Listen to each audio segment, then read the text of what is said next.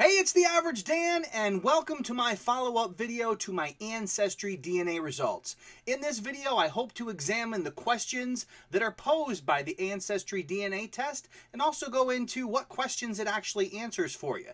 Let's get started. Alright, so if you checked out my Ancestry DNA results video, then you already know what information it provided. If you haven't seen the video yet, go ahead and click right up here and check out that video.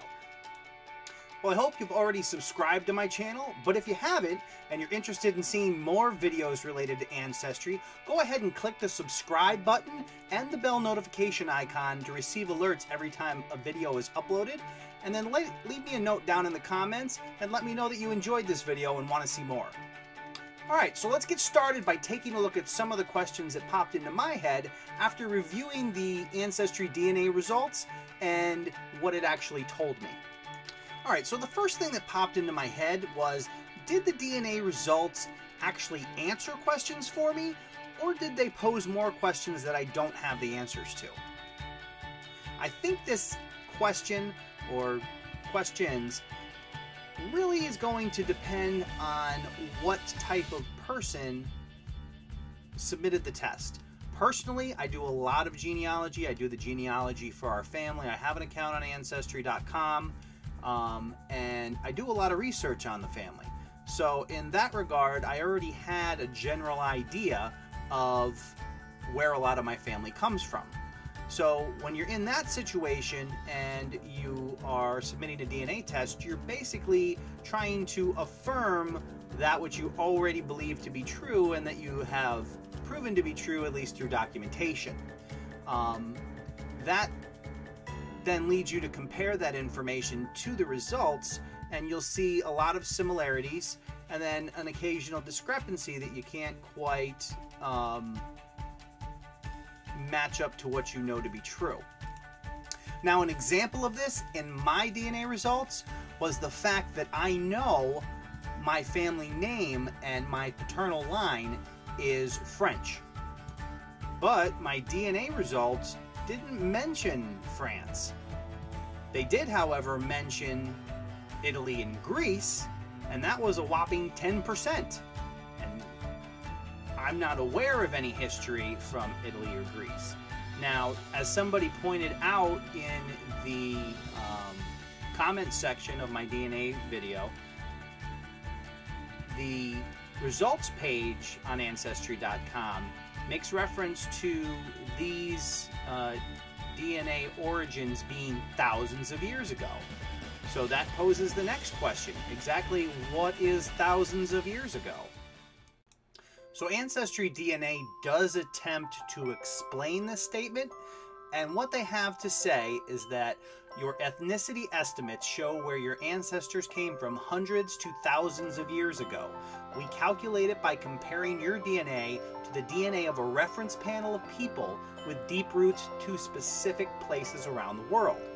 As science improves and our DNA database grows, our ability to estimate your ethnicity gets better and better. You may get updated results that include a new mix of ethnicities. Beyond that, there is a link for more information, and it brings you to a page with a lot of different sections. It also has a video where these guys up here attempt to explain to you exactly what you're getting. And it's very interesting to note that they go out of their way to let you know that their findings are an estimate, which makes you wonder, how am I really supposed to interpret these results? I guess the best way to look at these results, or at least how I choose to look at the results, is that yes, it's an estimate, but it's an estimate determined by highly educated people who specialize in this type of information. Once you get past how to interpret exactly what these results mean, the next question that comes to mind is, do you get your money's worth? Now, from a very high level view, you're paying about $100, unless you happen to get it on one of the discounted prices, $100 for a list of percentages. Everything else they provide you on the Ancestry DNA page is basically excerpts from an encyclopedia. you know, an encyclopedia. It's those books that you used to have like 20 of. They were on a shelf. People used to look at them to learn stuff and do book reports and homework assignments. They're the reason Wikipedia ends in pedia? No? Nothing? Anyway. Well, think of Wikipedia, but in book form on a shelf with leather bindings or faux leather, whatever the case may be. It depends whether your parents fell for the $1,000 salesman at the front door selling them to you. But I digress. The point is, all of the other information that they display has been pre-prepared and is not really specific information spit out by your DNA results.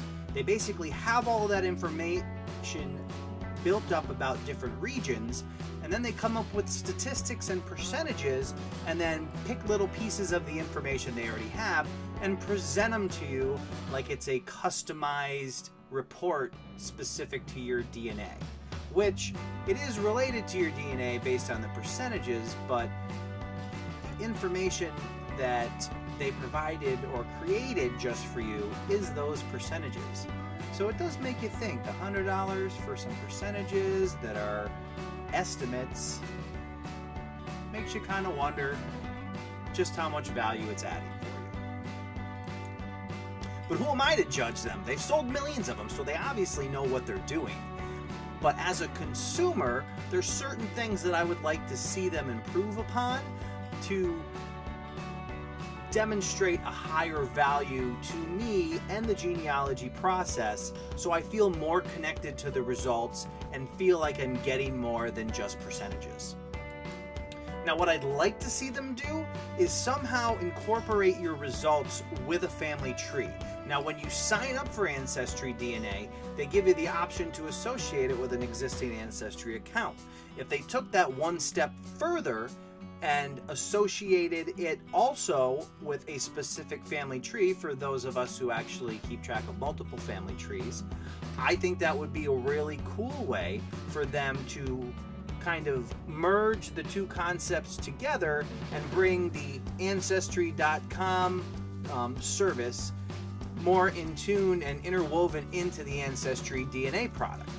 Now, I understand that their ability to do this is going to depend heavily on the amount of information you have in your family tree, but I think there's certain opportunities for people who have extensive family trees where, for instance, a member in a particular tree has a track record of locations where they lived, where you already have that path and documentation form where they lived in France or they lived in Italy or wherever the case may be, and then they, you know, immigrated to the United States and they lived in New York and, you know, moved out west or wherever they went.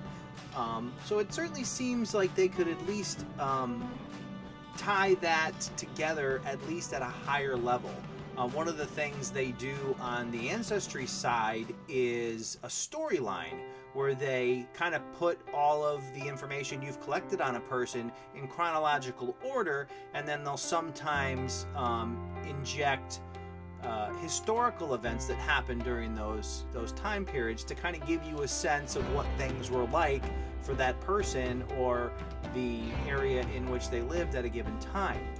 Well, I guess only time will tell what lies ahead for the Ancestry DNA product. I certainly hope they find some creative ways to integrate it better with Ancestry.com. I truly appreciate you taking the time to watch this video, and I'm very interested in hearing what you think about Ancestry DNA. Have you submitted your test yet? Are you thinking about it? What has been your experience, and what do you think could be improved? Or do you think it's great just the way it is? Please share your comments below, like this video, and join the conversation. Well, that's all the time we have for today. If this wasn't the worst thing you've seen on YouTube, I appreciate you clicking the subscribe button and that bell notification to make sure you receive alerts when new videos are uploaded. And again, if you enjoy the genealogy, the Ancestry content, let me know in the comments below and encourage me to make more videos for you.